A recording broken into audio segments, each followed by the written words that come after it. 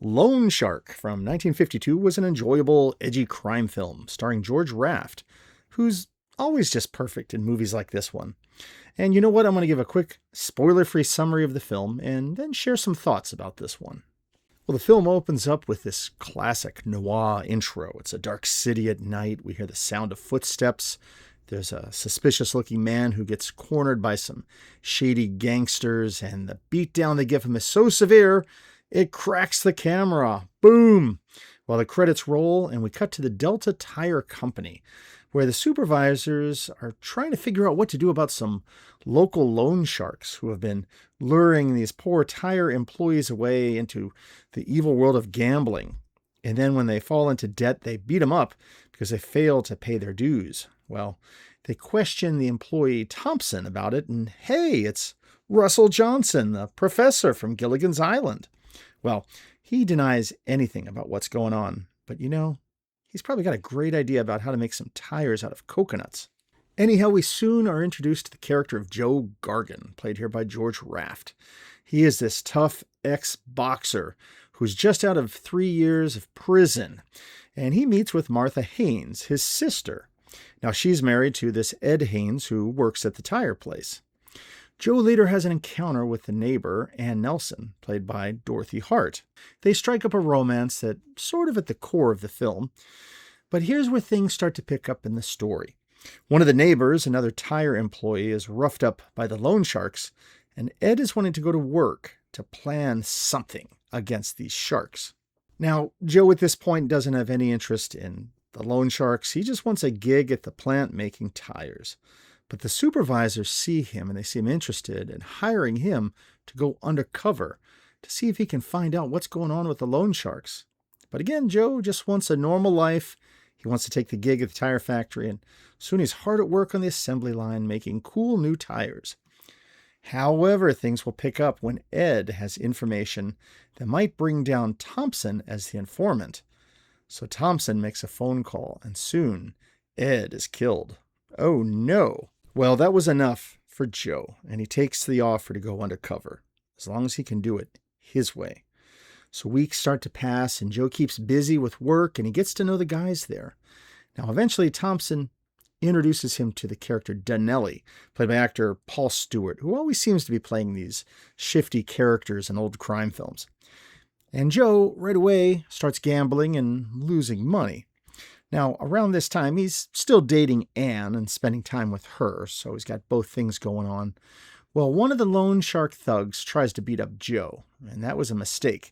I guess not realizing that he was a former boxer, and Joe wins the fight easily. Well, Joe meets with Donnelly again, and now it's with his boss, Vince Phillips, played by actor John Hoyt.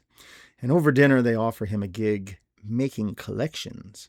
So he takes the role, but this doesn't go well with Anna and with his co-workers, as he's now working for the bad guy, so to speak, and he's deep undercover at this point.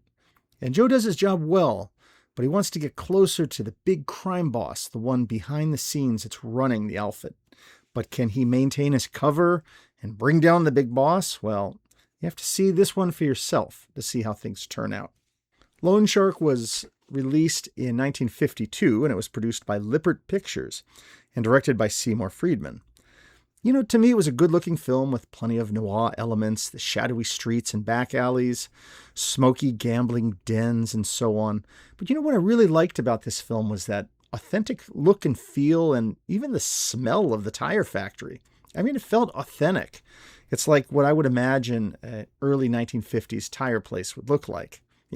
Stacks of tires, big machines with a lot of steam coming out of them and whatnot. I think that really added to the realism of the film. So a nod to the cinematographer, Joseph Bierock, for making some very believable settings. Looking over my notes, I think he also worked with John Alton on the film The Steel Cage from 1954. So maybe I need to track down more of his films to check out. And what can I say? I'm a fan of George Raft, and I really love his tough-as-nails persona here. When guys try to get the drop on him, he and his stunt double give them a good clobbering. And he doesn't seem afraid at all to get direct to the point when he's talking to the crime boss. He's a very cool, tough character. But he's also believable, I thought. He's this hardened character. He's been in jail, and I just think he's great in the film. I will admit, I didn't really sense a lot of chemistry with his character Joe and Dorothy Hart's character. I don't know, maybe the romance felt a little forced and honestly not completely necessary to the story, but that was just my thoughts. I also thought it was great to see John Hoyt play the crime boss. He's a great actor. I see him from time to time, and I still remember him fondly from the original Star Trek pilot, The Cage. So neat to see him again. The story of the film was fine, if a little predictable, but the pacing and the action scenes were all well done, and there's a great shootout at the end.